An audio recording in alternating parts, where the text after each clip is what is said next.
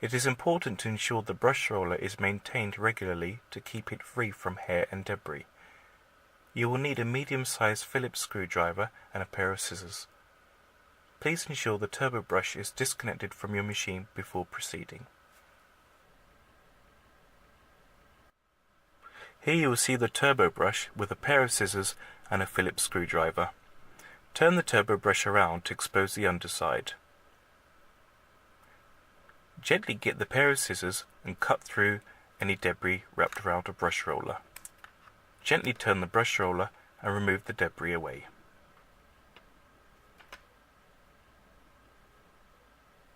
Rotate the brush roller to ensure free movement. Now pick up your screwdriver and undo the 4 screws that are located on the underside of the turbo brush.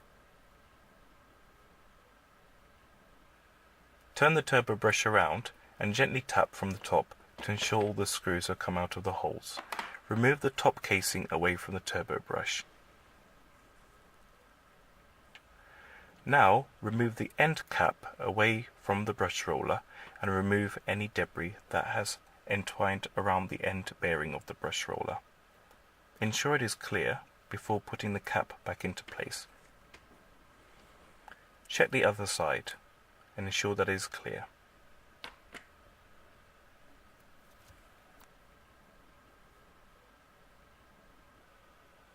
Please also check the bearing area for any debris that may have intertwined around the spindles. Check both sides. And once you have removed the debris, rotate the assembly to ensure free movement. Now place the top casing of the turbo brush back on. Place the screws back in their holes. Retrieve your screwdriver and fasten the screws. Now your turbo brush is ready for use, and enjoy the exceptional performance of your Cibo.